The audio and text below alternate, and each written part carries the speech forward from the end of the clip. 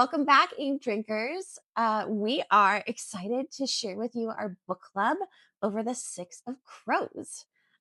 Today, we will be diving into the first two parts of the book, covering chapters 1 through 15 of the first book in this duology by Leigh Bardugo. Now, if you have never read Shadow and Bone before, or are not familiar with the Grishaverse, I know there is a Shadow and Bone show out there. Maybe you've watched that, but if you haven't and you are unfamiliar, we do have an intro episode, like a 15-minute kind of short that explains the magic system and the like socio-political like setting of the world to give you a little bit more context. So if you would like to go watch that, go ahead and hit pause, go take a quick 15-minute crash course in the Grishaverse, and come back and join us for the first episode. But if not, like me, like I dove right into this, not having any kind of context, just went into it like an epic fantasy, trying to learn as we went.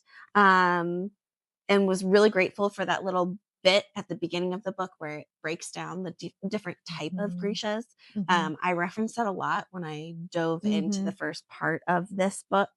Um, but part one started us out. It's called Shadow Business, and part one Mhm. started us out with a character that just kind of gives us a glimpse of like where the plot's going to take us. Oh, you're thrown right into it. Yeah, There's no explanation. You're just like, okay, juiced, whoever you are. yeah. I guess we're with you.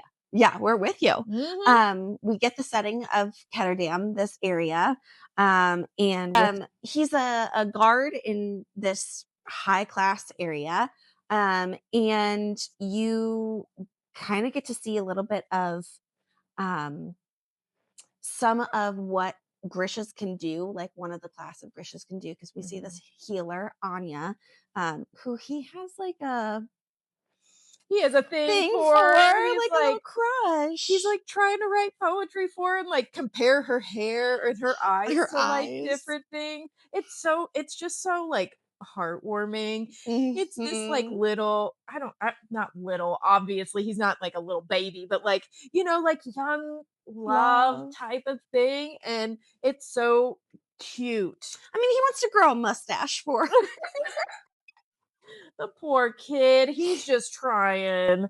But we also, we see her and we see that she's in red. So Mhm. one thing that I didn't necessarily explain in said intro video was that Grisha, depending on what type of Grisha they are, especially if they are Ravkin, they wear certain colors. Mhm. And so in this particular situation, we see that she is wearing red, which means she's part of the Corporalki Mhm. order that, Yes. and we find out she's a heartrender. Yeah. So she's got healing abilities, and she's kind of like owned in a sense. Like it felt like Yes. Hmm. slavery ownership situation. Like Yeah, like indentured yes, servitude. yes. And she is brought into like a viewing booth. There are other elites that are Mhm. watching this performance. There's a little boy that's with her, and the first time is it his hand, his arm? That's his Arm. arm Mhm. that's cut, and she just performs her normal healing to like Mhm. heal the wound that is given to the little boy. And then the second time, she, unbeknownst to her, because she wasn't asked beforehand, she's just given this drug, Mhm. and is then the same wound is given, and she doesn't even have to touch him. She gets this amplified magic from this drug, um, and all hell breaks loose. Yes. One, whenever there's a drug, Hmm. that's never a good sign. And also when somebody who says, "Oh, this is the same reaction as before," you know that they're being experimented on. Yes. And so right off the bat, so we know something is going on and that Hmm. it is not good. Um, and the fact that like they give her this and she literally starts like trying to control people. Yes. What do you mean? Because if you have read Shadow and Bone, you know that that is not a Yeah. normal corporal key um ability. They cannot Mhm. do this. This is Mm-mm. not normal. No. So I'm wondering, like, the purpose of this. Like, in this quick chapter, we get this quick turnaround, the Mhm, intensity of this drug. Like, we've got elite showing that they've got power mhm, over this other type of, the Greshas. And mhm, so, like, are we trying to build some sort of army? mhm, Are we doing this because we just want to manipulate for power? Like, what is mhm. the actual driving force behind this? Yeah, and the elites being the merchers, like, they're called merchers, and so you're like, "What exactly does that mean? That hasn't been explained yet." And we'll get there, but Mm-hmm. what is the power differential? What does it look like in this place? Mm-hmm. But also, this is chapter 1, and if you read the back of the book, it's talking about a heist. You're sold a Mm-hmm. heist. So, what does this have to do with a heist? How are we getting from point A to point Mm-hmm. B? And so I just where do we go from here? And what Yeah. is this? Are we stealing the drugs? Is Right. what where are we? But I love that we did get just kind of thrown into Mm-hmm. it. And it pulls you in from the beginning. So I'm hooked. I'm like, Yes. okay, she's doing crazy stuff. They're giving her drugs. And where do we go from here? And really we kind of take we go completely left turn Yeah, we do. to get into somebody else's point of view, Inej, and we start to see the cast of characters that is actually in this book, the main part of this book, start to form. Mm-hmm. So we see we're in Inej's point of view, Yes. but we hear about Kaz Brecker or like Dirty Hands, and you're like, what? What kind of name is Dirty yeah, Hands? what kind of name is that? That, but it kind of gives you a feel, right? Mhm. You're like, is that because he gets his hands dirty? Like he's like this guy that's doing all of the dirty work. Um, we get to see the barrel.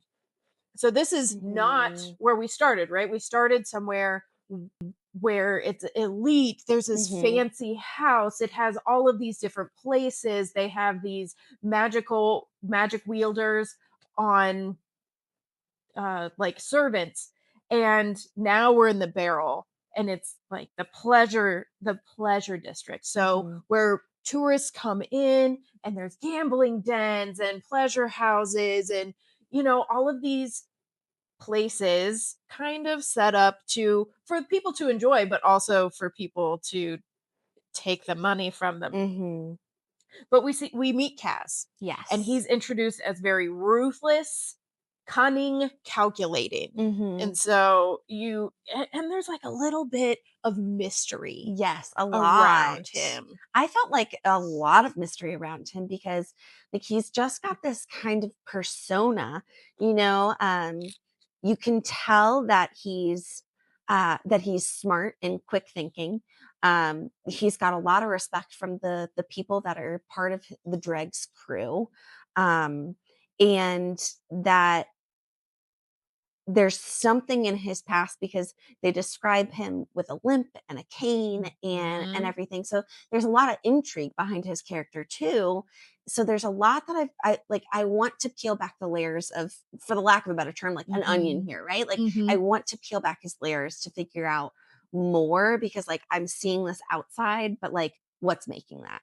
Well, and also we do, like you mentioned, he has a limp. Mhm. And how did he amass so much power when Mhm. in most places, a limp is considered a weakness. Yeah. And he is obviously feared, respected. I want to know how that came to be. And he's got this like quiet power.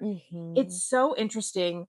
And the gloved hands. And Yes. so you're like, where is this going? Yeah. But he is also not the only character we see. No. We also see Jesper, and Mhm. he's a Zemini sharpshooter. So at this point, we know that like there are other parts of the world. If you've read Shadow and Bone before, you know that there's a country called Novia Zem, and that's Mhm. where Jesper is originally from. Mhm. But he's described as having dark skin and that he is great with a gun. That's what we Mhm. get at the very beginning. And he just like being around him, you can see he has Yeah. high energy. He's always moving Mhm. and he's quick with the joke, Yes. Yeah. which makes him so lovable. Yeah. And then we also see Inej, Yes. which I is love the her. perspective that we're in at this point. Mhm. Love her. She also seems to have a persona. She Yes. is the Wraith. Wraith. So stealth is the name of her game. Mhm. And she is Kaz Brecker's spy, Yeah. basically. At one point, she's also references like as his Mhm. spider or spy. And you can kind of tell that, like, in a quiet way, she's like his right hand. Mhm.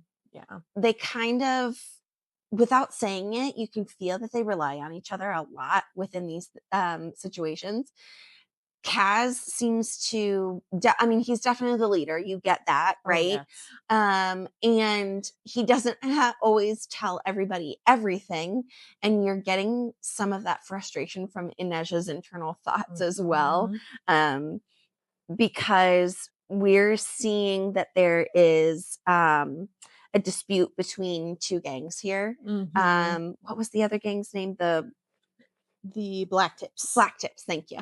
I was going with an R for some reason. There's another one, but There are several, just to be clear, in the barrel, there are several gangs, yes. and they all have their own territory. And of course, with anything like this, there are gang disputes. Mm-hmm. Everybody's always vying for power or money or some type of side angle. So there are going to be different, conflicts that come up with that. But each gang also has like a gang boss, Yes. and Kaz is not that. No, he is not. He You would think he is, though. Yes, he runs things from what we can see in this section, and he does report to Pear Haskell, Haskell. who is like an older man, and he basically just like collects money Mm-hmm. and he lets Kaz do whatever he wants. For the But most part, yeah, because he brings in a profit, and that's all that he Mhm, cares about. exactly. He doesn't have to get his hands dirty. Mhm. He'll just depend on dirty hands. But the one thing about Kaz is how young he is. Mhm. He is so young, and like part of me is like, is somebody this young realistically able to be this way? Yeah. So you know that something dark happened to him to make him like this. And so, like you said, I want to peel that back and know Yeah. what happened.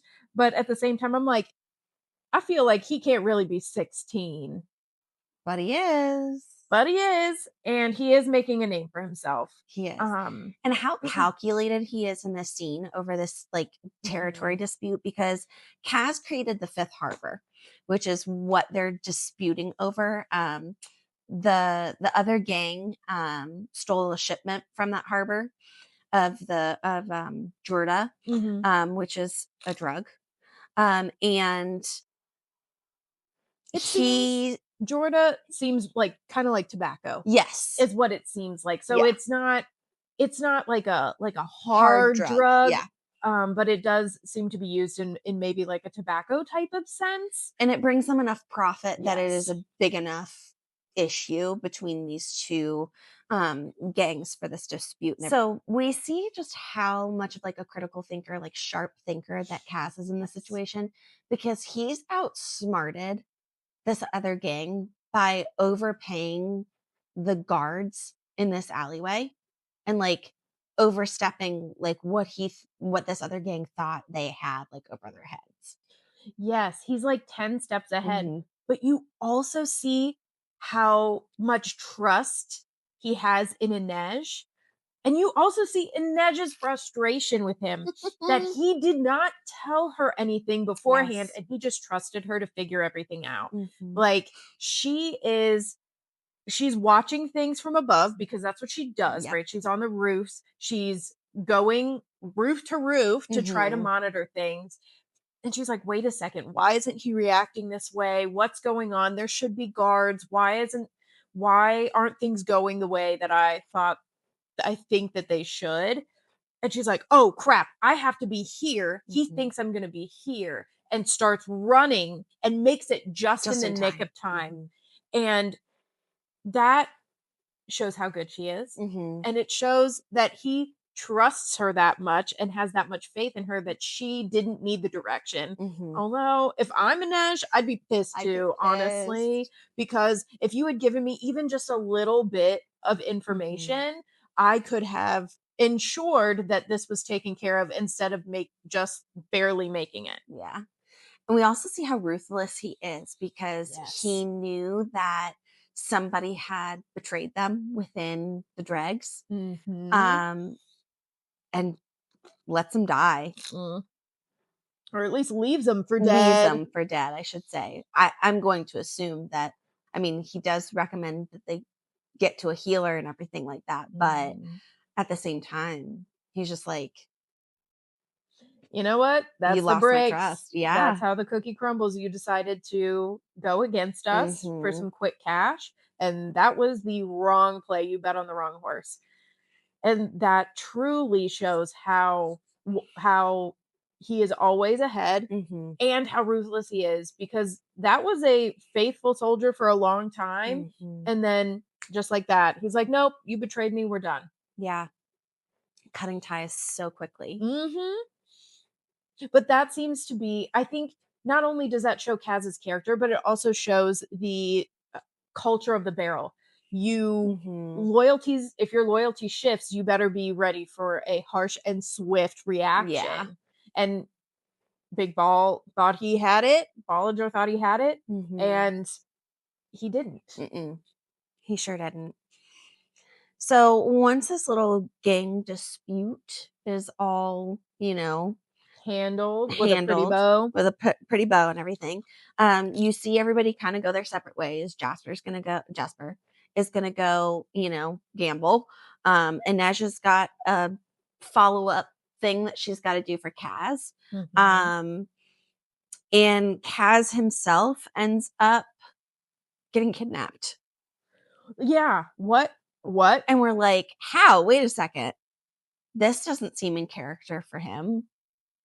And we've just met him, but like this just doesn't tick all of the boxes. Mhm. It's so it's so interesting. We get into Kaz's perspective, Mhm. right? And we can see that he absolutely uses every resource at his disposal. Mhm. He's using the gossip of his underlings. He's like creating this persona of himself, and he uses that Mhm. for, to gain power and respect. And so people never know what he's going to do, never let him know your next move type of thing. Mhm. And he he doesn't he doesn't trust anyone except for maybe Inej. Maybe an edge. He will never admit that to himself. No, uh-uh. But he they are so intertwined that he can like sense her in the shadows. He may not see her, but he wants to like talk to her. He's like, "You can come out now. Like, Mhm. let's discuss this." Um and he I wrote down uh a quote from page 40. Like, she said something about the gods, and he, poo-poos it because that's not him. And Inej fires back at him, which I don't Mhm. think he gets very often, but she says, "Men mock the gods until they need them." Mhm. And so, I feel like that is a a thing we see in a lot of places, even in real life. People are like, "Oh, whatever," but then when a crisis hits or something, or something bad happens, they start, praying, or you know trying to find a deity to beg for help. And I think that also shows how religious Inej is, Mhm. It does for and it sure. gives us a little bit of insight into who she is as a person. um but we also see how Kaz talks about Inej. Mhm. And I think that was something that I kind of like stuck to because he talks about her being an asset. He Mhm. talks about her like she's an object, and she notices that, Mhm.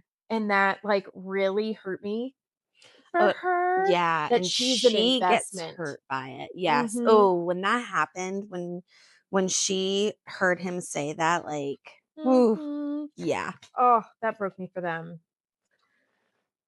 But then right before he's thinking about her as he's walking home, Yes. and when we see him get kidnapped, somebody walks through a wall. Mhm. Which you're like, "Wait a second, people can't do that. Even Grishas that have powers cannot do that." And so you're like, how wait a second, is he seeing Yeah. things? Did something happen to him? And how in the world did somebody get a drop on him? Because he was 10 steps ahead of an entire gang, Mhm. the guy that was informing on him, and now somebody's walking through walls Yeah. to kidnap him? What's going on? And so that's where we meet the kidnapper finally, because he, like, wakes up, right? Does he get knocked out? Mhm. Yes. Yeah, he gets knocked out, from this kid. I mean, it's a kid too, like, it's not just this Oh, person, like, yeah. it's a kid that walks through this wall. So, he's knocked out. After this kid walks through the wall, he's surprised by it, and when he comes to, he's being approached by, Venek, who Mhm. is part of the merchant council. So he's Mhm. not only like upper class, but also within governmental power. Mhm. Right. And this is where we learn about more about the drug that we saw at the beginning of the book, where they've taken Jurda, which is a non harmful drug, something similar to tobacco, something that's just an easy, accessible, it's profitable and everything, but it's been manipulated by a scientist. And now we've got Jurda Parem. So Jurda by itself is just a stimulant. It's a dried blossom. Right. But now that it has been manipulated into Jurda Parem, this itself will amplify a Grisha's abilities. Um, and if a non Grisha person takes it, it kills them. Gone. Like a normal non Grisha cannot sustain it within their system. A Grisha that takes it, we are noticing can it like amplifies to the umpteenth degree, uh, Mhm. manipulating complete body control, the ability to walk through this wall. And it's scary to think about what this could be, like the repercussions of what this could be. In earlier passings, some of the political things that have been talked about was an assassination. And it's just kind of been like mentioned on and off or whatever. But now we're hearing that Jurdapuram was used Yes. within Mhm. this assassination. That there's been a theft of some Ravka documents. It's not really expanded upon, but we know that Ravka is another um, country area, and that somehow Kirsch was able to pay off their debt. They were able to turn lead into gold, Gold. which Mhm. should not be able to be done. And again, that's because of the Jurdapuram. Mhm. Exactly. And we do get a little bit more insight into how Grisha are treated by the merchant class. Yes. We understand more that they are considered kind of property. There is Outcasts. indentured servitude. Mhm. So this person that was sent to kidnap Kaz is an indenture to Mhm. the Van Eck family. We also see how sickly this person Yes. looks and how it is a negative effect. Like, yes, it kills a regular person first time that it's taken, but it obviously takes a toll on the Grisha Mhm. that take it, and Highly addictive. super addictive. And if they don't, they're just like begging for it. And Mhm. it is soul crushing to Mhm. hear about that. But coming to the point of why Kaz was Yes. kidnapped. So we hear about this. We hear that a scientist has modified Gerda to make it Parem. And this scientist has been has been abducted. Yes. This scientist is a Shu Mhm. scientist. So that is another country in this greater universe, the Shu Han, and they actually experiment on Mhm. Grisha because they want to know why they have these magical Yeah. abilities. And this is obviously a result of one of these experiments. And this scientist has been taken, and Van Eck wants Kaz to assemble a crew Mhm. to steal him back Yep. so that they can have the formula for Perem. So they can control the drug basically. Mhm. And that is absolutely terrifying. But now we found the heist and we found out why we got chapter 1. Yes. So that felt like, oh, okay, I know where we're going. Yeah. I think one of the creepy parts of this part too is that Kaz gets to see like Van X shows him like what this drug does, not just Mhm. to the people that take it, but like the guards that Yes. Anya back at the beginning of the book had said like be still. They're still sitting there still, Mhm. slowly dying. They're not eating, they're not drinking, like they're stuck and everything. Mhm. So when someone's abilities like this are amplified and used on others, it's not Mhm. just a detriment to themselves because the addiction is so bad that it's slowly killing the person that's been subjected to the drug. It is also then still affecting the people that they have then used their powers against as well. Exactly. The effects aren't proximal. Mm-mm. So even if and she's long gone. Yes, long gone. I think they say they find her body. I think I so. feel like they say that they find her body, so even after she's dead, that it's still working on them. And Mhm. if you read closely, we see that Juiced, however you say his name, from chapter 1 Mhm. is one of the dead guards Mhm. because they identify him with his like mustache and Yeah. stuff. And so we get to see the aftermath of Mhm. chapter 1. Oh, yes. We do see her Yep. body because in my notes it says she's dead. Yep. So we know that this is going to be a Big. big Yep. problem. Yep. So we've got our whole big oh, almost like an Ocean's 11 heist set up here. Like, here's your mission, go find your crew. Um, and so we've got now we see where the whole plot is going to drive our book. And then we're flipped back to Inej's perspective. Um, and we get a little bit of her background story in the next chapter, before she was at the dregs. And we find out that she's Suli, Yeah. um, that she was originally part of a brothel, the menagerie, and that she was discovered by Kaz because she was eavesdropping on him and Haskell when they were at the menagerie one night. And Kaz kind of gives her the mission in this chapter to get together the gang, but she doesn't know specifically what the mission is. Yes. There was one thing I wanted to point out because I feel like this is the first time we really see the barrel. Yeah. And Leigh Bardugo does an amazing job of like describing how it looks Mm-hmm. and how the buildings lean together. She says most of the buildings they leaned against each other like tipsy friends gathered at a bar, tilting at drowsy angles. Like you can just Mm-hmm. You can see it. see that and feel it and know how close Mm-hmm. together everything is and how it's just slightly off kilter, and that like adds to the mystique of the setting of the barrel, which I really loved.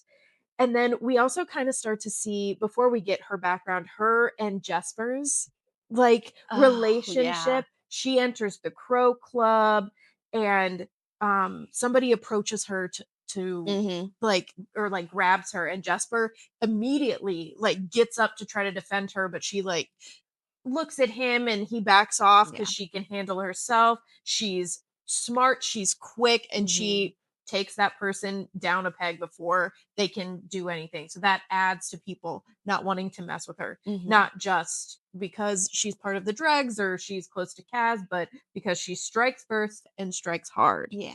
And so I love seeing their interactions a little bit because you can Mhm. tell that he really cares for her Yeah. and they really care for each other.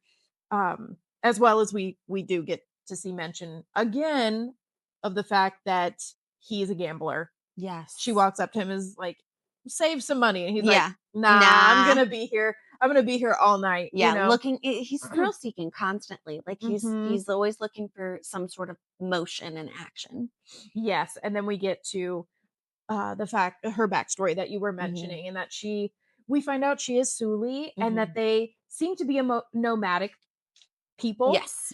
that that live in Ravka, so they seem to Mhm. be, like, traveling around Ravka. It's kind of what I would picture Romani people in Mhm. Mhm. Eastern Europe. Mhm. Um, but another thing we learn is that Kaz does not like to be touched. No.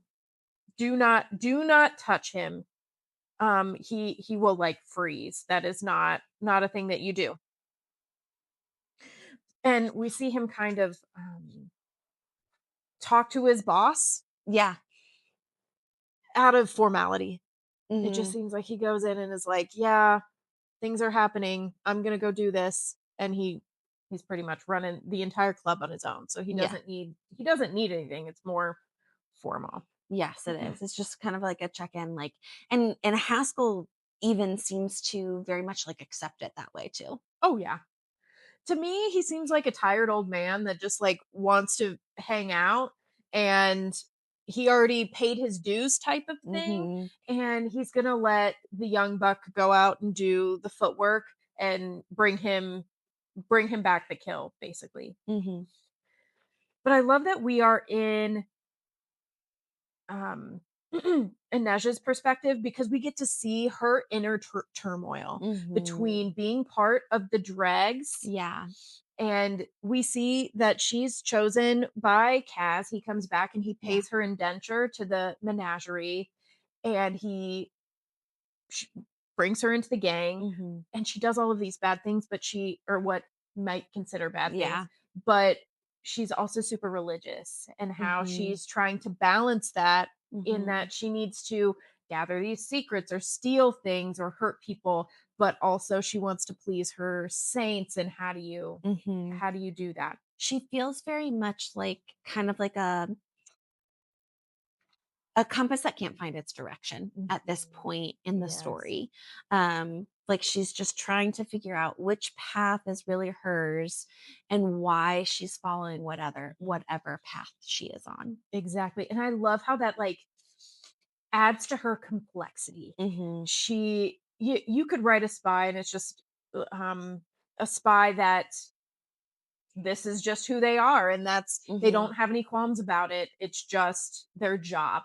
But Inej goes back and forth because this wasn't her original path. Mhm. She was indentured to the menagerie. It seems like she was, not there for too long before Mhm. she was paid off. Her indenture was paid off and she was taken in by Kaz. But that just like inner turmoil is written so well and is a Mhm. great aspect to this character.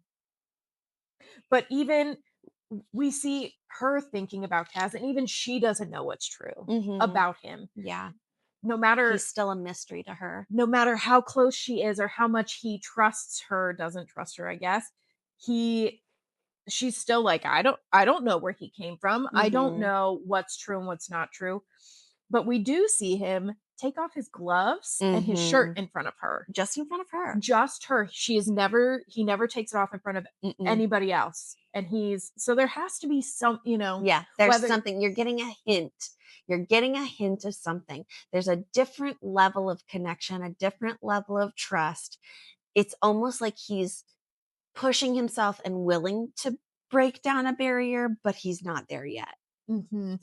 And I love that. I'm sorry. Mhm. I do. I love that. I We get this like little hint here and there. Um, We'll but sprinkle. yes, and that's all I want. It's so great. You're like, oh, and then the one thing we didn't mention this when we were talking about Van Eyck, but one of the reasons that he says or something he talks about is somebody stole his decapel painting, and the person that did that would be really great for this job. And Kaz is like, "Yeah, you should go find them." And then we find out at the end of this chapter that He's the he's one. definitely the one that stole the decapel. And Mhm. I mean, they both knew it. You could tell from the Yes. conversation, but Yeah. still, like, to have it confirmed at the end gave me a giggle. Yeah, because Van Eyck was like, "Well, you don't get caught." Mhm.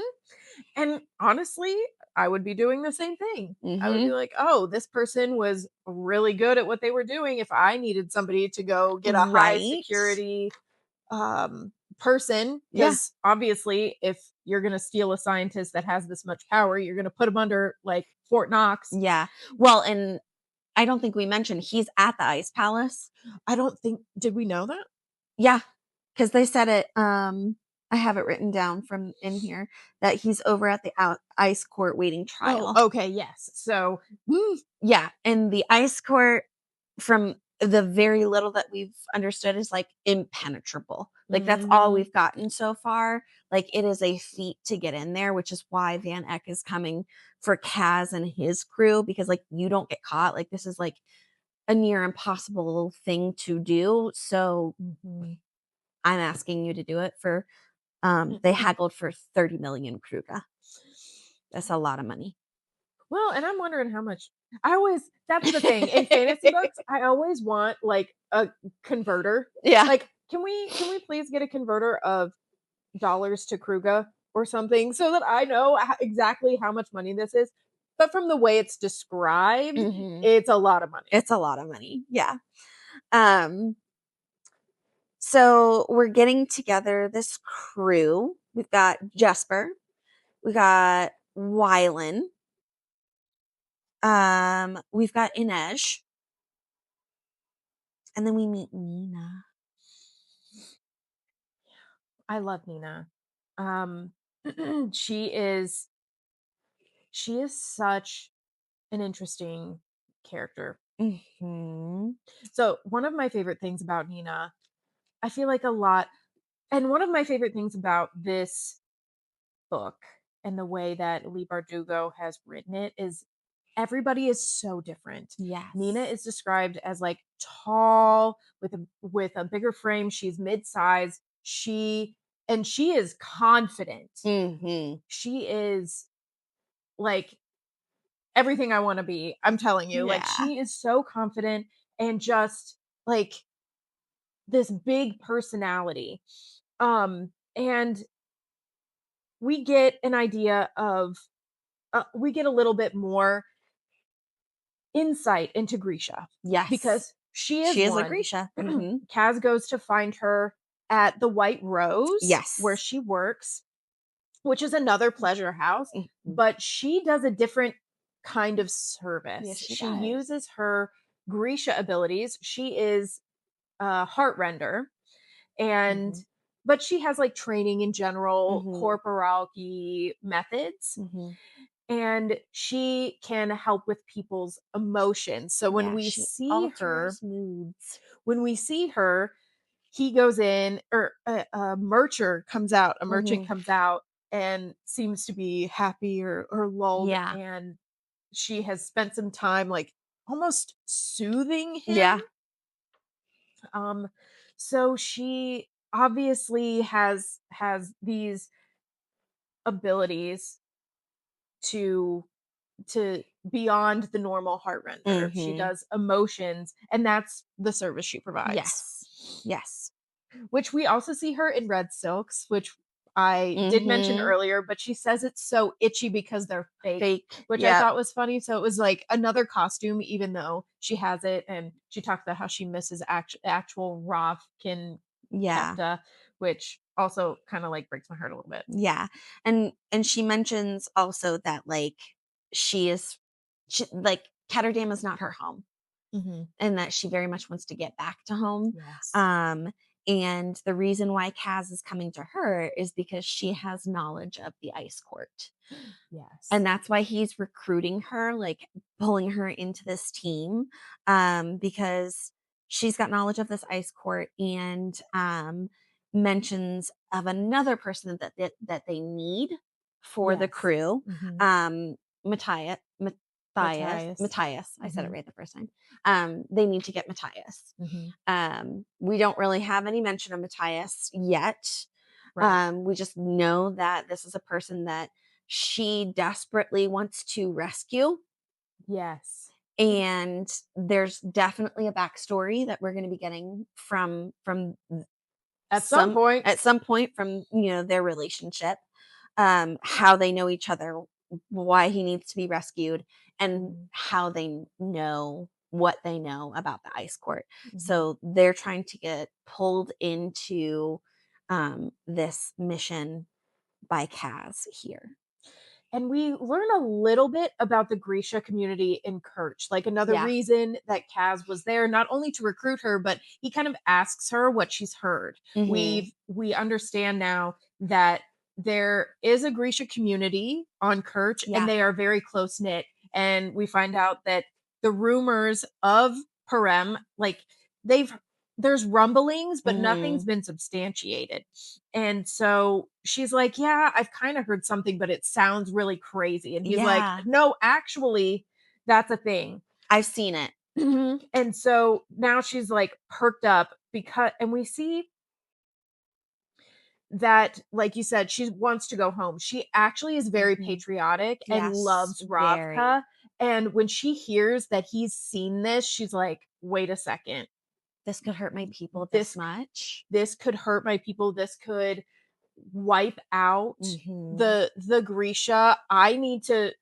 That's what Matthias is one motivator, but that's a Yeah. secondary motivator, that she wants to protect other Mhm. Grisha.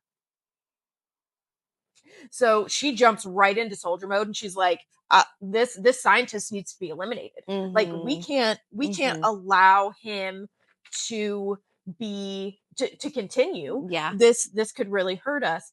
And something to understand about Nina and maybe the wider universe is that in Ravka, children are tested for magical Mhm. abilities at a young age, and if they are found to have them, they're taken to a secondary place called the Little Palace and trained in their ability, and Mhm. then they are automatically drafted to what's called the Second Army, which is an army Mhm. of Grisha. So, and that's all Grisha. You don't get a choice. You are trained and you are put in the Second Army.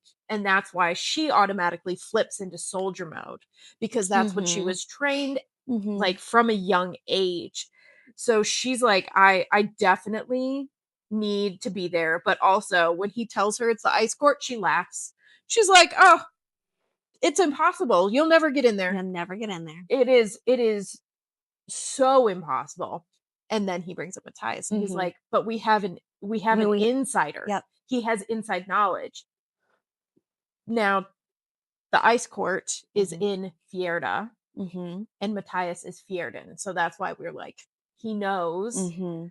something about the ice court, but she's like, "He'll never help you. Yeah. He is patriotic and he is an honorable man, and there's Mhm. no way he's going to give you those plans." No, he doesn't wanna be a traitor to his country. No, and I mean, I wouldn't necessarily want to either, Mm-mm. but Kaz is like, "He's Watch me. changed. He's Watch me. changed. You may think you know him, but you haven't seen him." And I like, it ripped my heart out when she was like, "Wait a second, you've seen him? You've seen him recently?" Mhm. And he's like, "Yeah." So you can tell she obviously cares for him. Yeah. So I'm going to give a little trigger warning before we continue because Oh, there is some animal cruelty coming up in yes, this portion of our story. So if you haven't read, or if you are reading, or whatnot, or if you don't want some details, just kind of be ready for it's hard. animal I am one cruelty. of those people that does not. Animal cruelty is like a deal breaker for me. I usually, if there is an inkling, I will skip it. Mhm. And this one, while it's not especially like Gruesome. gruesome, Mhm. it's still It heartbreaking. is very heartbreaking. So we see the crew going to Hellgate, which is a prison, because that is Yes. where Matthias is. Woo!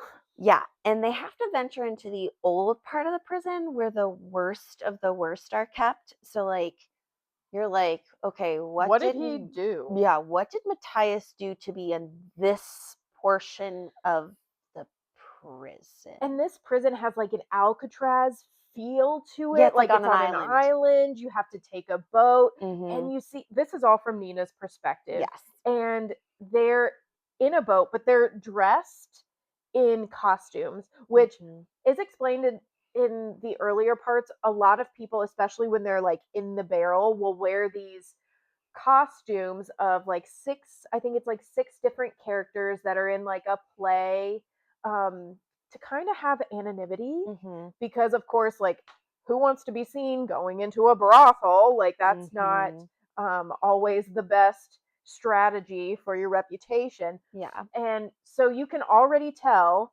that if everybody is in these costumes, are in these costumes, then this is probably something illegal Illegal. Yes. or risque at the very least. And they're in the Mhm. boat with dime lions, Mhm. which is a name of another gang. So you're Yes. like, this is being run by a gang. Everybody's in these costumes. What's going on? Yeah. So this is where we get to see Matthias for the first time. He is a part of the Hell Show, which is we're still in the prison. We're in this like amphitheater arena thing. Almost think of like the old fashioned Colosseum, like Mm-hmm. Roman days Colosseum. Mm-hmm. Like you're gonna see some gladiator shit go down. Well, I also thought to myself, there's only one reason you're going to a like almost deserted part of a Yeah, prison at night. It's a fight club. it's a fight club. Like, Hmm. that that's really the only thing you're gonna go there for, especially if it's risque, it's run by a gang. Like, it Yeah, has to be a it has fight to be. club. Yeah, so people come weekly, paying to watch the prisoners, and the prisoners are not fighting other prisoners; they're fighting creatures. Yeah. There's like a wheel of fortune spinner Oh. that spins around, and whatever it lands on is the creature that they keep in these cells underneath the arena. Mhm. That is what the prisoner is going to have to fight, Yeah. and there is quite a menagerie of of lethal Yes. creatures that they could land on. Before I get into the fight that we witnessed, though, Mhm. we do find out these dime lions, the gang, Mhm. um, that are putting on the hell show, that run this hell show, that are collecting all the money and everything, is run by Pekka Rollins. His name has been dropped a couple of times in small mentions, Mhm. and it's very much honed in on here because this like pisses Kaz off. And you get that there is not just gang Yes. complexities here, but Mhm. like there seems to be like a personal tension vendetta between Kaz and Pekka Rollins.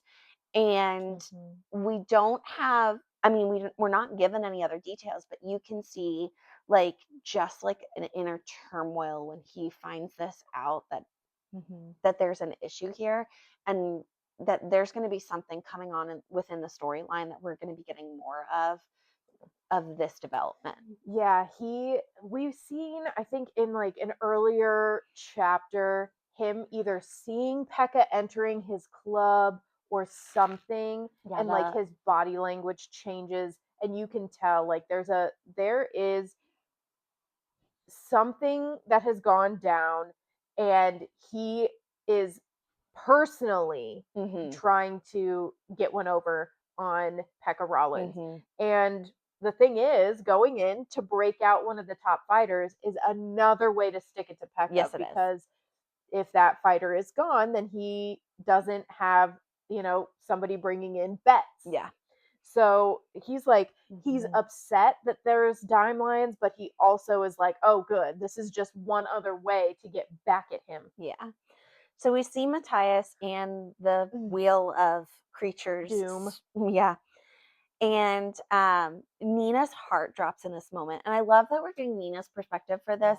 Yes. Hmm. It really does give a lot here because she has this connection to Matthias. We don't fully know what it is, but we find out that he's in Fjerda, he is what's called a Druskella, which is a Hmm. Fjerdan witch hunter. And in their culture, wolves are sacred. They're bred for battle, they're Hmm. friends, they're companions.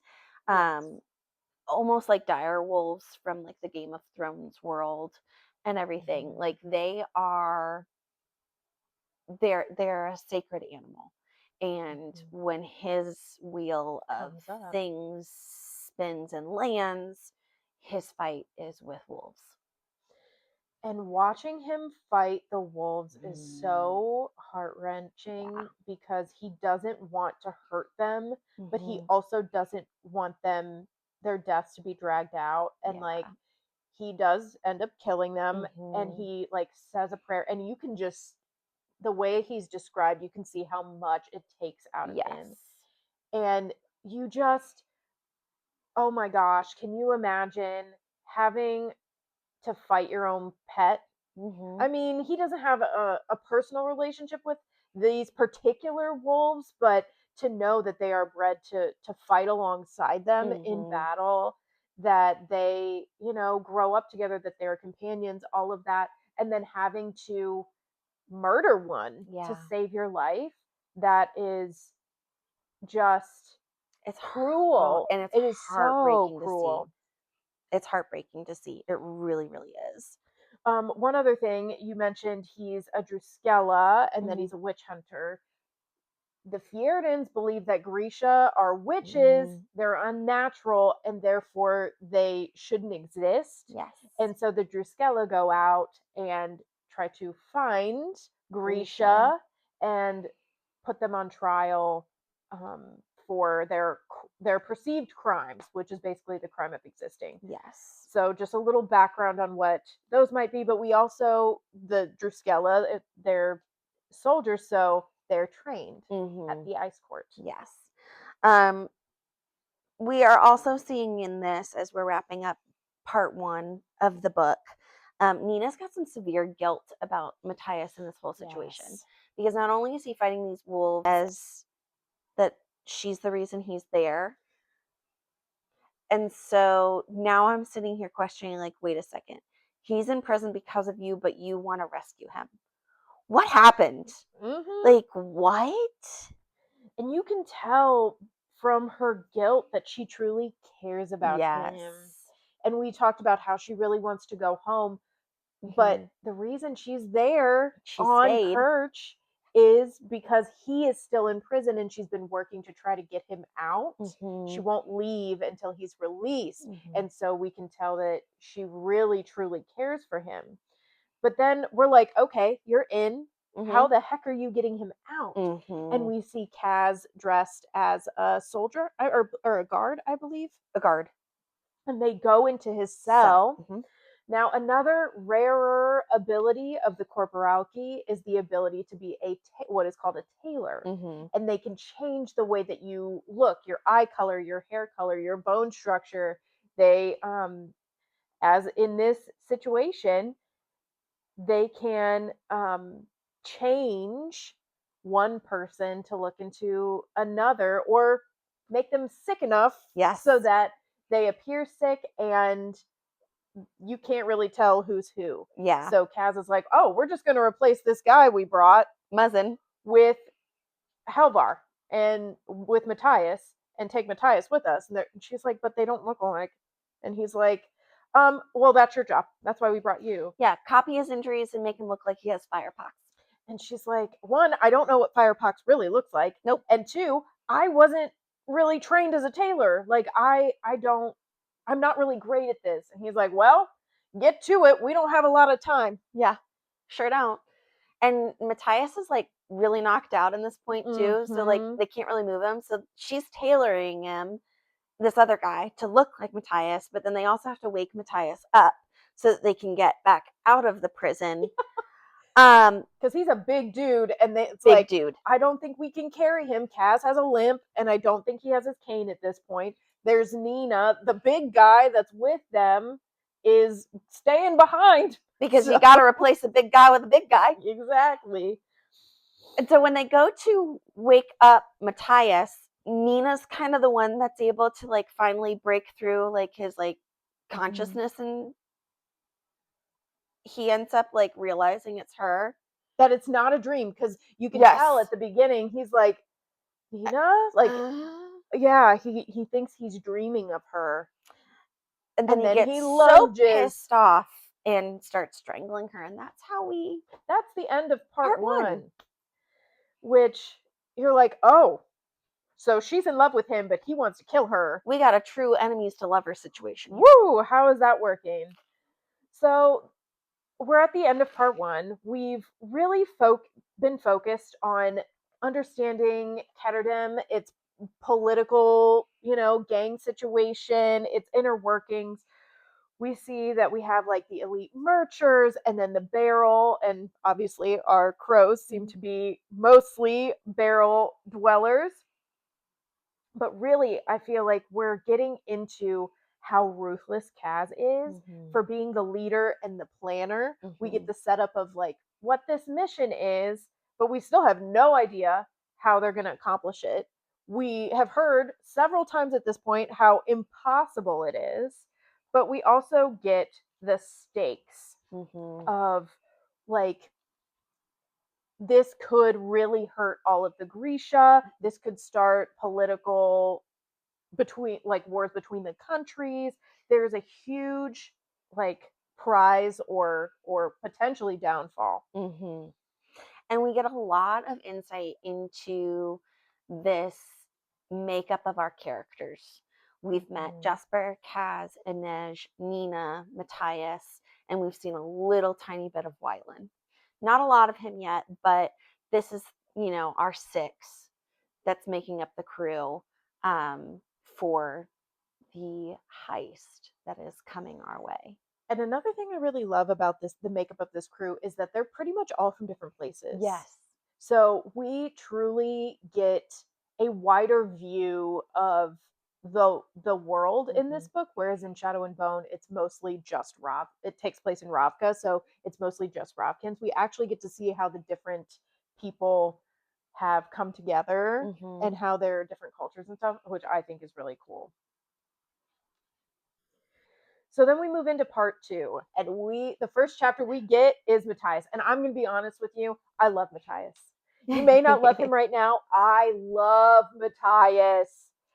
He is also a very complex character. Mm-hmm. And he is probably one of my favorite parts of this book. He does seem very murdery right now.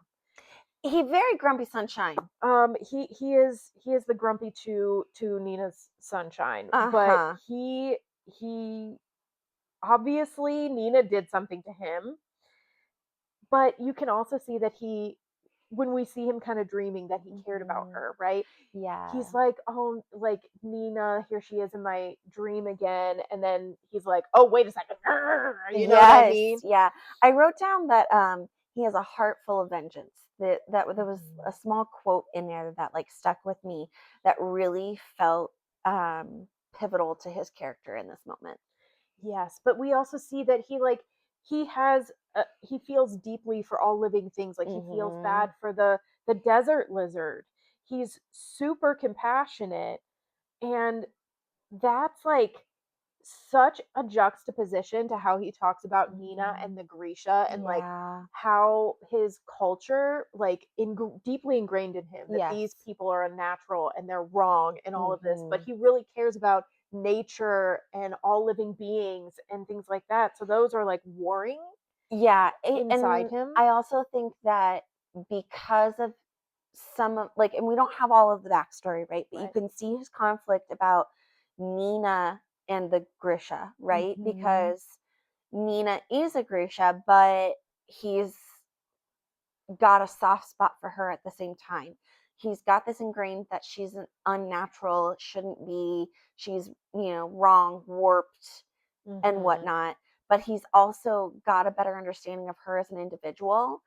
And we Yes. see like this soft like memory where he's got this nickname of the little red bird, Mhm. and red is the color of her. Kepta. Mhm. Mhm.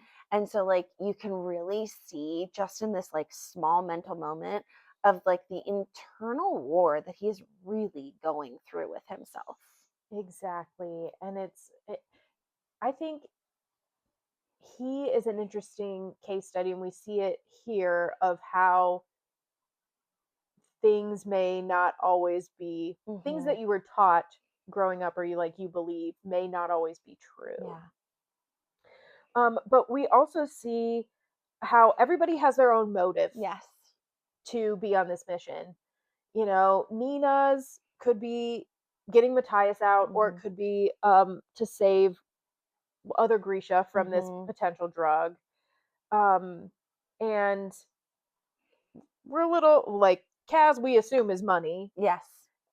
Inej, we also kind of assume is the money, but to get herself out of It another indenture, yeah, right? just Because she's in debt to, uh Per Pear Haskell. Haskell. I was gonna say Pekka, and I was like, "No, it's not." Hmm. To Pear Haskell, she wants to get out of that debt. It's not really an indenture with him. It's just a debt that is owed, so that she can figure out what's next in her life. Hmm. Um, and then Matthias starts bargaining with Kaz to be part of this crew. Yes, he's like, no, I'm not doing that. Yeah. And Kaz is like, are you sure? And he's like, yeah, no, I'm not doing that. And he's like, but what if I have this? And he holds up a paper that Yeah. basically says that he didn't commit the crime he was accused of. We find out that Nina accused him Mhm. of being a slaver. And Which is severely against the law, even though there is indentured servitude. yes, it's very interesting. It's a little hypocritical, but here we are.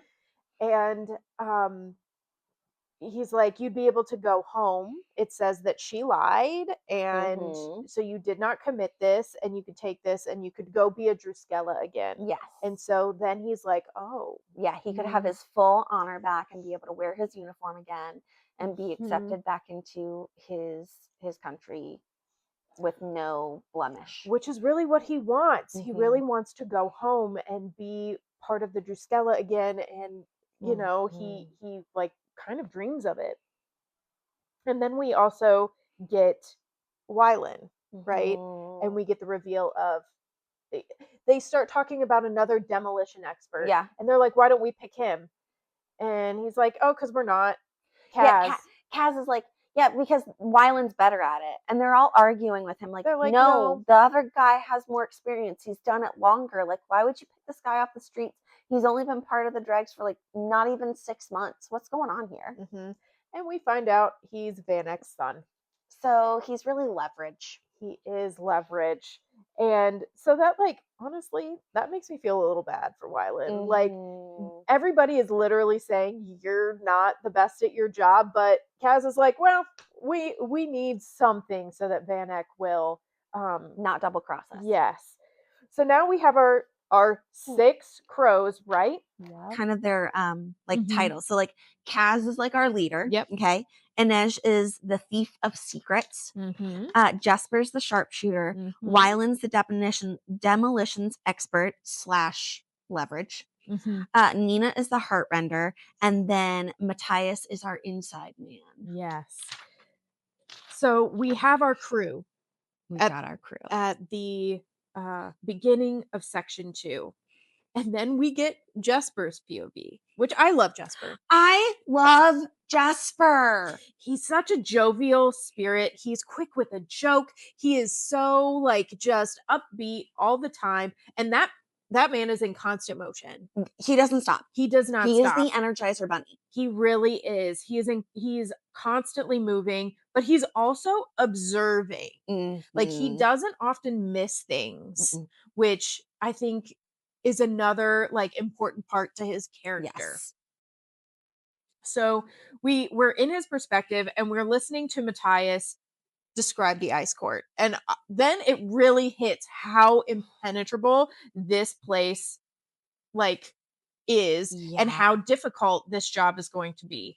So this court is set up in concentric circles. Yeah. There's an outer circle that has the Druscella quarters, where, like, obviously we talked about that's kind of like their army and that's their Mhm. training, Mhm. their barracks, and all of the things they need. There's also the prison sector and the embassy sector. So Mhm. that's where they Mhm. keep, obviously, the people that they arrest, Mhm. probably lots of Grisha, and then the embassy where all of the Yep. governmental stuff happens. But then there's like an ice moat, Mhm. and then in the very middle, Mhm. there's what they call the White Island where all of the Mhm. important things are. Yes. So they're like, is what's his face going to be in the prison sector, or is he probably going to be on the On the White White Island. Island? And also outside of the outer circle is a ring wall that they have to get through too. Yeah. Like, so, Mhm. like, there's a barricade wall, and I'm like, Mhm. And there's guards "Holy everywhere crap." and gates we have to get through. How in Yeah, the world are we going to do this? checkpoints that they Mhm. have to get through with identification and things. Wow. So then Nina starts talking about uh Trinkala, Rincala. Yes, the and day of listening. and Matthias gets angry Yes, he because he does. says, "Which you have no reason to be talking about my stuff, about my sacred culture," Mhm. and that's when all of the new Druscella are initiated after all of their training. Mhm. She's like, "There's a huge party that day." Yep. Kaz is like, "Oh, perfect. We'll go then." Yeah, but here's how we'll do it. We're gonna enter as prisoners and leave through the embassy as elites. And they're like, "Wait, what? Huh? What? How are we gonna do that? If we're in the prison, how So we how do gotta you get get in out?" into the prison, break out of the prison, and then get to the party. So this, they're like, okay, because at first everybody's like, no, this is not going to work. I don't care what plan you have. Mhm. There's no way. And he then presents this plan to them, and they're starting to like roll it around in their heads. And they're Mhm. like, wait a second, maybe, Mhm. because they're not going to look twice at a prisoner, Mm-mm. but then they're also not going to look twice at elites leaving, Mm-mm. because they want to make sure people to check people coming in, but not, it's like, oh, you were already checked. Let's go. Hmm. You can leave whenever you want. But it's also a little bit suspicious that he's laying this out because he never tells anybody absolutely everything. Everything. He's very much a compartmentalizer. Mhm. He gives who he's like a need to know. Yeah. If you need to know, I tell you this part. You don't Mhm. need to know this part, I tell this person. You know what I mean? Like Yes. he Yeah. doesn't. So it's like, why is he saying all of this up front right now? Mhm. Yeah. Um, so he's laid it out. He's divvying out what people need to Yeah. go get, what they have to collect beforehand. And you're also finding out, like, you're realizing too that because they're going in as prisoners, that they're not gonna have resources, like weapons and Mhm. everything, when they go in, because they'll end up being stripped and put into prison clothes. Mhm. All their weapons, all of their possessions, like, Kaz won't even have his cane. Mhm. It will all be gone. So this is gonna leave them very bare bones into the setup of the plan. One of the things I was thinking while he was saying this and like going in as a prisoner, can you imagine how terrified Nina would have to be? Because Mhm. literally, that is where her people are taken to basically be Yeah. executed. Like, how can you be like, yeah, I'll go into the, lair of the beast. Like, that's Yeah. fine. I just like thinking about that, how like, Mhm. and she's still agreeing to do it. Yep. Because she's got that motive, though. Mhm. She wants to be able to really save her people. Yes. Um, Even though Matthias has given all, I found this really interesting. He's given all this information about the layout for the court. He really still has a lot of reluctance to even follow through with this and ends up attacking Kaz to try to get the letter out of Yeah. his pocket. He's Mhm. like, "Where is it?" And Kaz, being the quick hand that Yes. he is, Mhm. being Kaz, has like hidden it away Mhm. and like kind of shows his hand. Like, if you want this, like you have to be part of this team. But Mhm. you also see Kaz recoil to physical touch in this moment as well. Yes. And we see how like truly deep it is that he Hmm. he is revolted by touch. Yes. So this just gives more questions about like what has happened in Kaz's past. Mhm. I want to know more, and I'm Al- still not getting it. Also with Matthias and his reluctance, I think he also kind of believes this is not going to go well. Mm-mm. It's not the I'll give you this information basically because I don't think you really actually have a shot. I just want that paper. Mhm. And so I he does unintentionally or like they think subconsciously hold back some.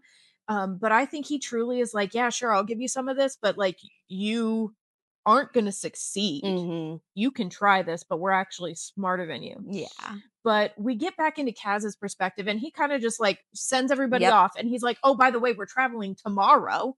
Yep. We're What? leaving this fast. What do you mean, homeboy? Like this seems so quick to get everything together. Like it feels like the planning went so fast.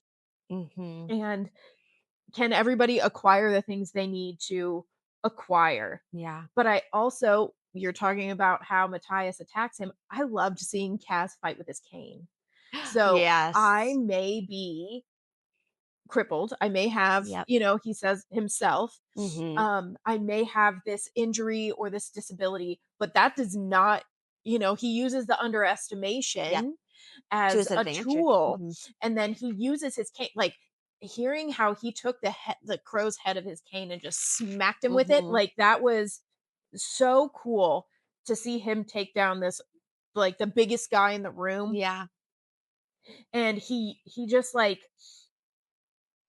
adds to his mystique and his persona, Mhm. and I Mhm. loved that. And it's, I think, also important to kind of see how and why Matthias kind of backs down Yeah. and why he's willing to go along Yeah. with it. Yeah. But then we move into Inej's Yes. perspective, Perspective. and we kind of get more of her backstory, which, oh my gosh, y'all. The love story, like her memory of her parents and how much Yes. they truly and deeply love each Mm-hmm. other was just, it melted my heart. Like to Yes. see like how wholesome of a family she came from, this like traveling troupe, like carny life that she Mm-hmm. came from, was just everything. Like you can see the softer side of her. You can see where the importance of her religion is Mm-hmm. still so prevalent. It was just, oh, it was just so good. I loved that. I loved how we hear that she was kind of in a traveling like circus type of Mhm. situation.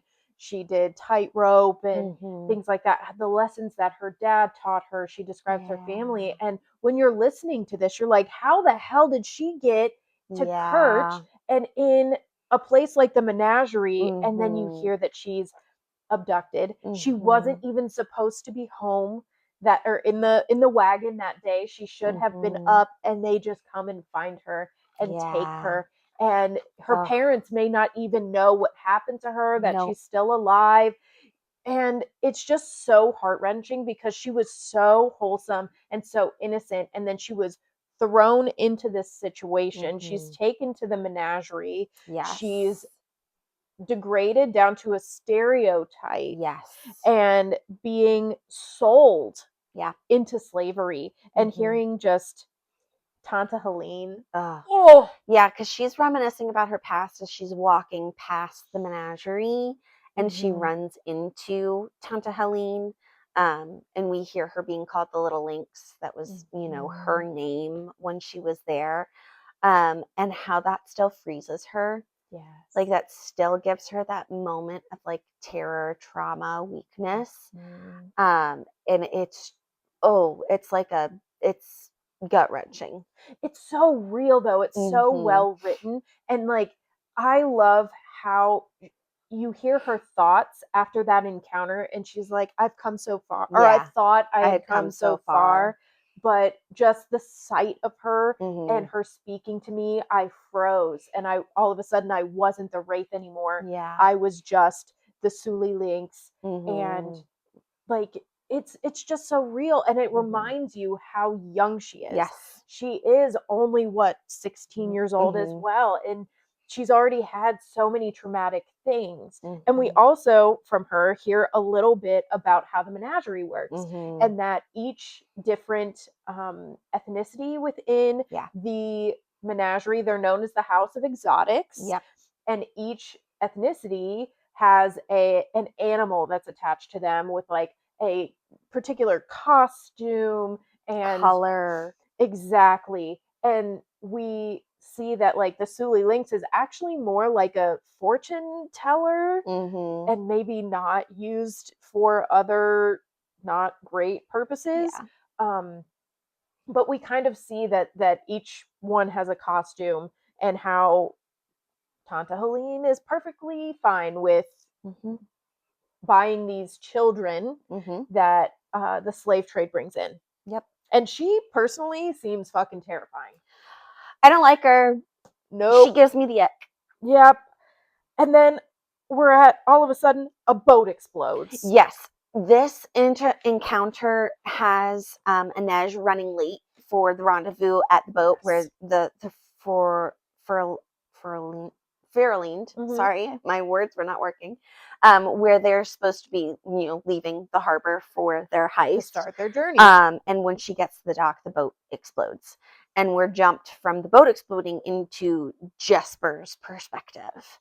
Um, and they are being attacked by what they are assuming is a competing group for the heist that they are getting ready to go on. That's his assumption in this moment, when the boat explodes, and everything. So, And that wasn't even something that crossed my mind. mm-mm, It makes a lot of sense, right? You yes, definitely want this job done, right?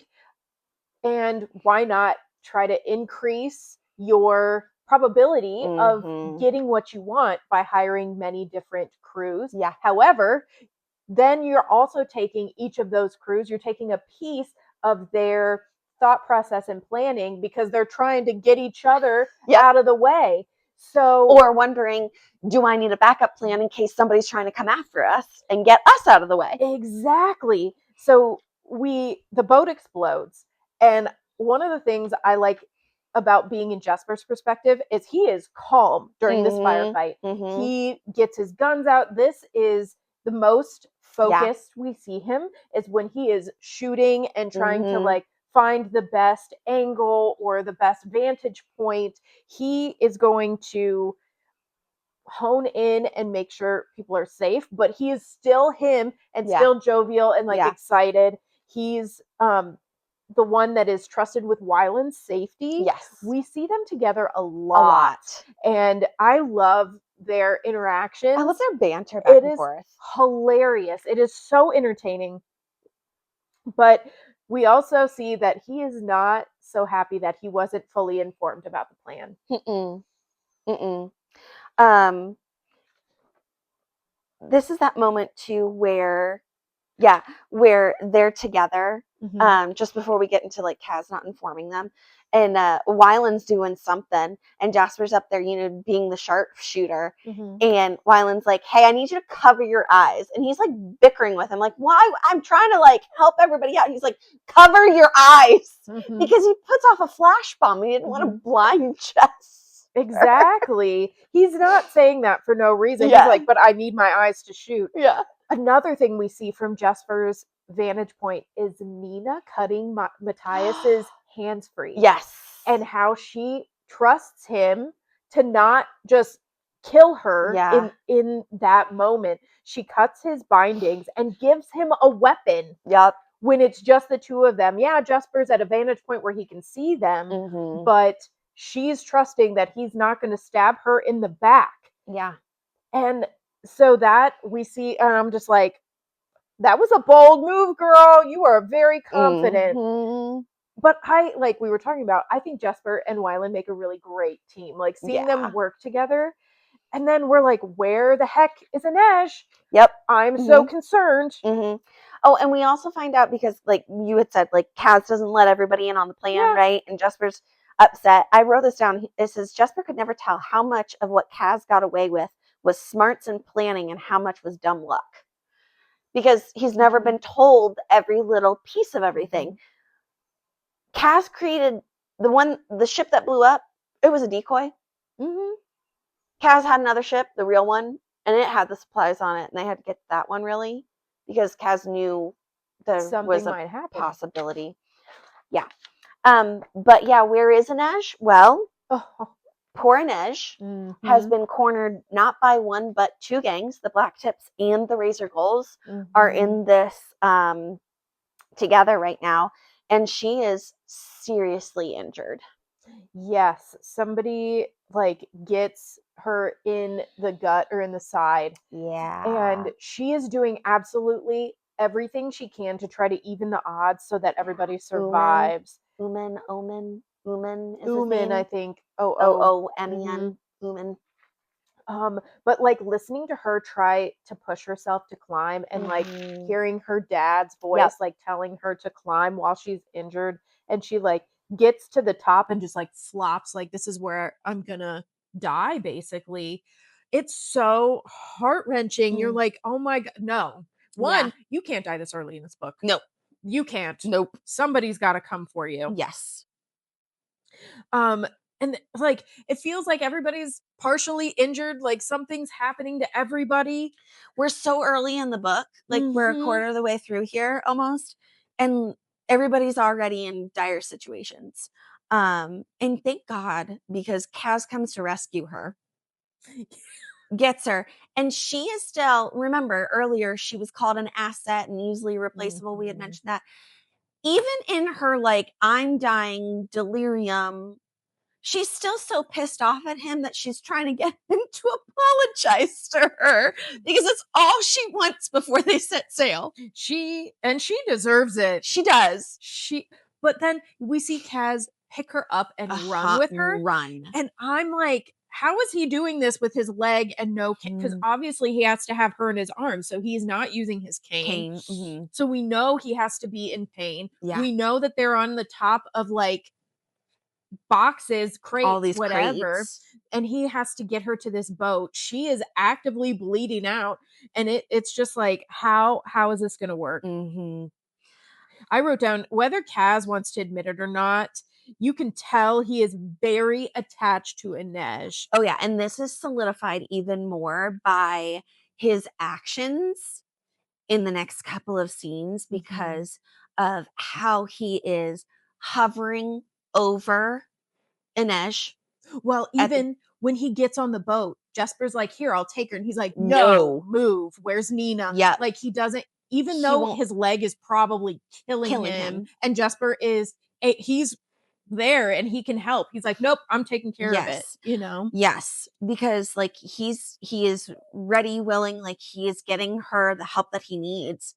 And before we really see Nina go into be able to give a lot of healing, we see Kaz with Uman. Uman. Mhm. And he graphically rips out Uman's eyeball Yep.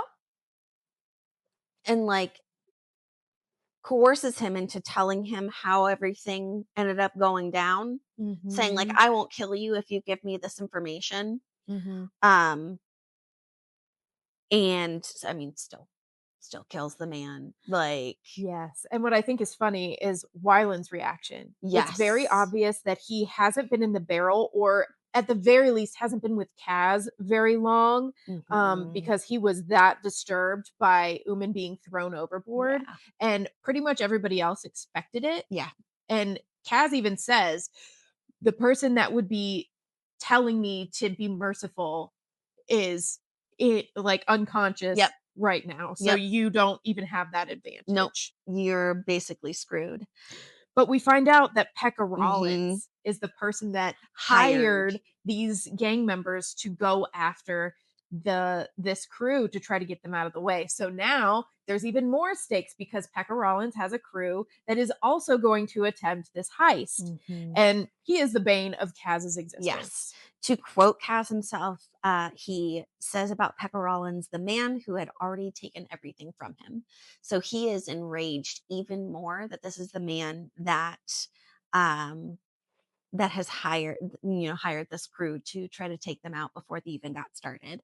And goodbye to Uman because he doesn't have an edge on his shoulder to Mm-mm. strike mercy. She very much seems to act as his conscience Yes. because of her willingness to Hmm. be good and do good and kind of abide by her religion and please her saints. Like Yes. she really is like his Jiminy Cricket, for Yes, lack of a better yes, analogy. yes. She's the one that is constantly trying to pull him back from the edge. Mhm. Um, and you really like really wanna know what has pushed him into this madness Yeah, that he is that this blackness that has taken over his soul. yeah. But then we get to Nina's perspective, and Nina's like, "Oh my god, I'm not a healer. Nope. I am not a I don't know if I can," listening to her and how terrified she is Yeah. because her you can tell now her and Inej are close. Mhm. They do really care for each other. They seem to understand each other in a certain way. Yeah. And Well, they've she got that connection because while Mhm, she's at the White Rose, mhm, Inej has background at the menagerie. So although hers was a choice to be at the White Rose and she's doing a different job and yes, mhm, they've got that connection mhm. of that past Yeah. along with, I think, a religious background. Like, there's just a lot of connections there that you They're see, like both from Ravka.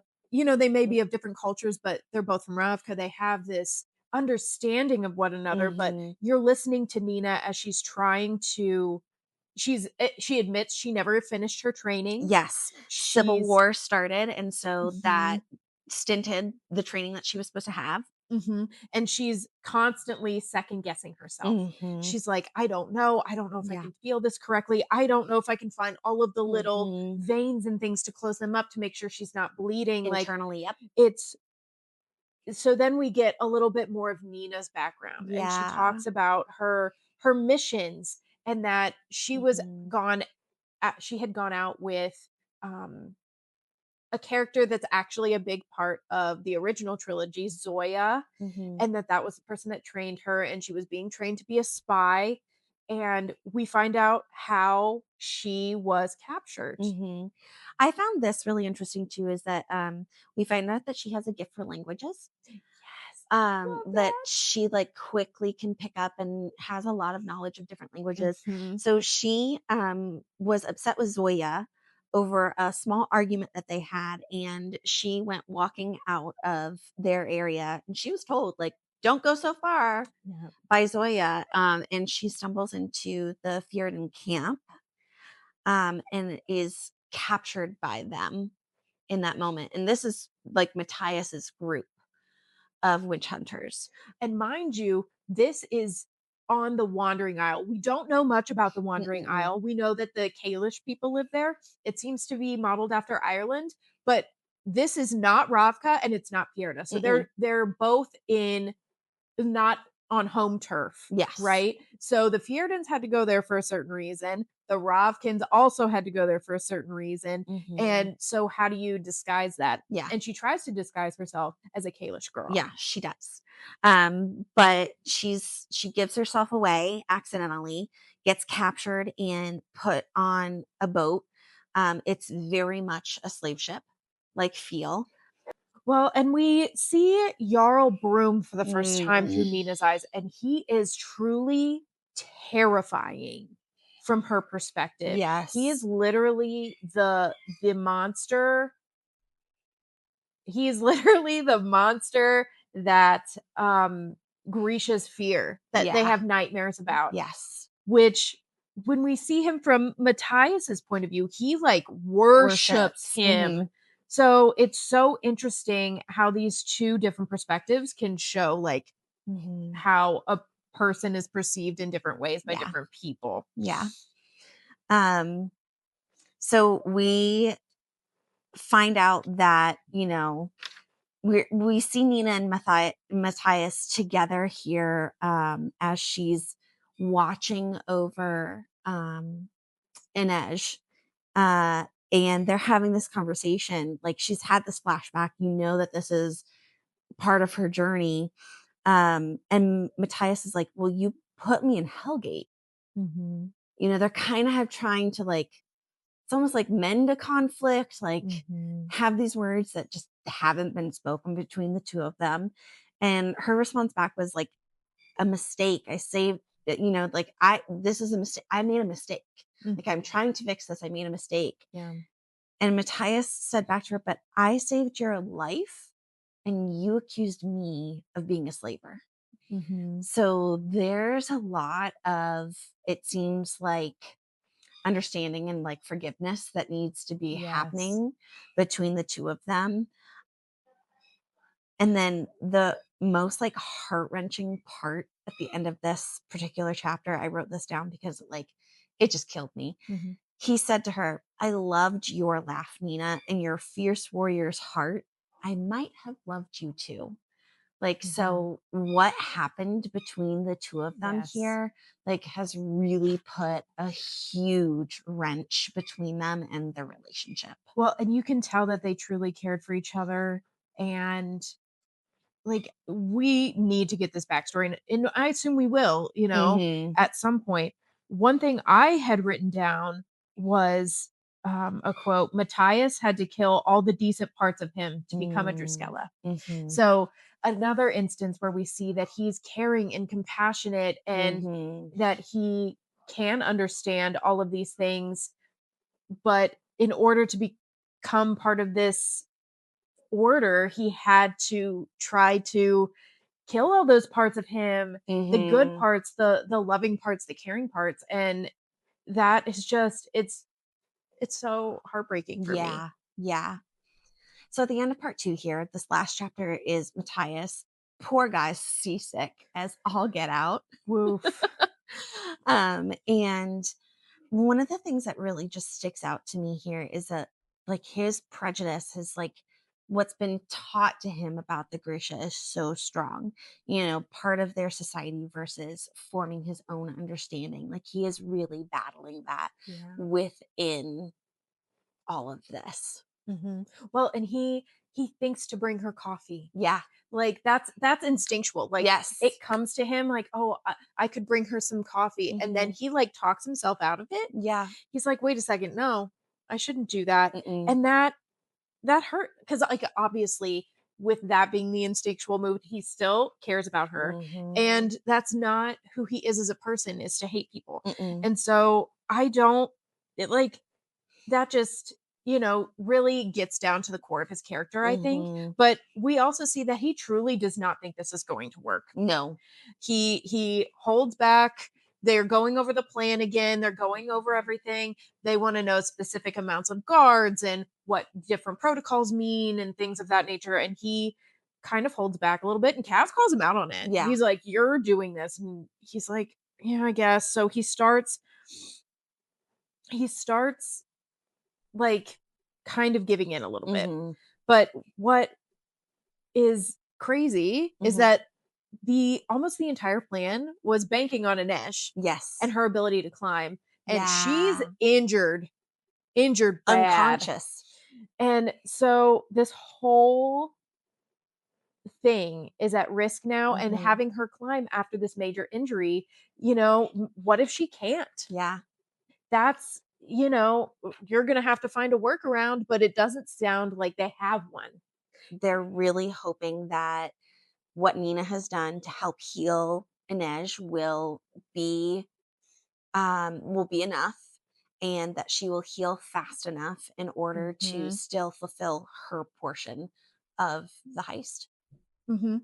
Yeah. And that, like, it also shows how, I think, dependable Kaz thinks she is and Mhm. how much trust he has in her because he usually has backup plan upon backup plan, Mhm. contingency upon contingency, and he did not have a Mm-mm. contingency here. No, It he was did not. Ineja will get this done because she Yep. always gets everything Yep. done. And, like, now that she is unconscious, Mhm. he and the thing is, he's still not finding a contingency. Nope. He thinks she's gonna be good enough. Yes. Yeah. One thing that made me giggle at the end was when they're talking about ghosts. Mhm. Their ghosts, like, "My ghost will kill your ghost," or and then he's like, "I'll hire Matthias's ghost to beat up your ghost." Like, that gets me back to them actually being teenagers. Because Mhm. while I'm reading this and we're talking about the stakes and Mhm. Kaz being so vicious and also so cunning, they almost seem older to me. Yeah. And in this crew, Matthias is the oldest. Yeah. We do find that out. He's like 20 something, maybe Mhm. 20, 21, and all of the rest of them are pretty much in their teens. Mhm. And so, like, getting that little glimpse of the joking, and even Yeah. Kaz is in on, Yeah. like, my ghost will hire Matthias's ghost to beat you up or whatever. Yeah. Like, that brings it back to them actually being young, and that just was like a perfect way to kind of wrap that up a little bit, the Yeah. section. To lighten the mood just a little bit to ease us into the Mhm. next section of the book. Right before we get into it. But this section really focused on, like, setting up the crew and their Mhm. interactions, really digging into the plan Yeah. and the stakes of the plan, like what happens if these things go wrong. Mhm. And then we really dug into people's motives. So for Kaz, it seems like power for the plan, like power and Mhm. money. For Inej, it's her freedom. She wants the money to, Yeah. to pay off the indenture or the loan for Mhm. paying off her Yeah. indenture. Matthias wants to go home. Nina wanted to get Matthias out, but Mhm. also she wants to make sure that this drug cannot hurt other Grisha. Mhm. Jesper needs money, which we can assume is related to his gambling since it's been Mhm. pointed out so many Yes. times. Yeah. And then Wylan wants to stick it to his dad. He's Yes. like, I hate him. I don't want to have anything to do with him. And this will be a way to be free of him and to Yeah. show him that I am capable. Yeah. Some of the things that I loved about the first part of this book, I love the tension between Nina and Matthias. Yes. I'm dying for more of their backstory. I want Me to know too. their journey that led up Mhm. to her saying that he was a slaver and him Mhm. going to prison for it. I am loving the little bits of this feel of this found family. You can definitely feel that trope Mhm. developing for this book. Um, and I am dying for more solidarity about Kaz's backstory. Like he's got this rough Yes. exterior. You can tell he's got a super soft spot for Inej. She is an important person in his life. Um, but he's not trusting those connections and feelings for her. He's very guarded about it still. I love the Ocean's 11 kind of heist feel to Mhm. the overall.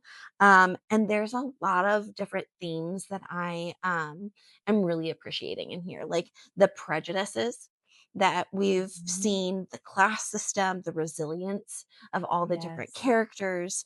Um, and the one thing that is standing out to me too is that we've barely gotten anything about Pekka Rollins, and I already want to see this man get his comeuppance. Mhm. And one thing we haven't really mentioned, but has been mentioned a couple of times as far as Kaz is concerned, is he keeps talking about Jordy. And His then we also find out that Jordy is his brother. Mhm. And we get the idea that Jordy is no longer with us. Yeah. So what happened? Pekka Rollins is the guy that took everything from him, so he has to be implicated somehow Somehow. in Jordy's Yeah. death. And how has this affected Kaz? Like, I Mhm. need to know more about that. Why is he like this? And like, how are we gonna accomplish this ice court? Because we have learned the layout and we've learned the plan, but in every good heist book, it Mhm. all goes it all goes to hell. It Yeah. all you know? I mean, it clearly it has already, and we're not even to the court yet because True. we've got Inej unconscious, and she is a major part. She's gotta pull through. I'm just saying. My girl has to pull through Yes. and lead us some way through this because one, if she doesn't, Kaz is going to be off the chain. Yeah, he can lose it. No. But that is the end of our Yep. first section. We made it through. Yes, we We have did. our crew, we have our plan, and we are almost to the to Fierda Yes. and to start our journey into the ice court. And that is where we will pick up next time. How did you guys feel about the crew? Who is your favorite crow? Did you enjoy the way the imagery was um, described? The different, the barrel versus Mhm. the elite. How did you feel about the different depictions of the parts of the barrel and the politics within? So, drop comments below. Let us know how you're doing with the read along, and join us next time where we will deep dive into parts 3 and parts 4 of Six of Crows. That'll be chapters 16 through 26 of our book. See you next time.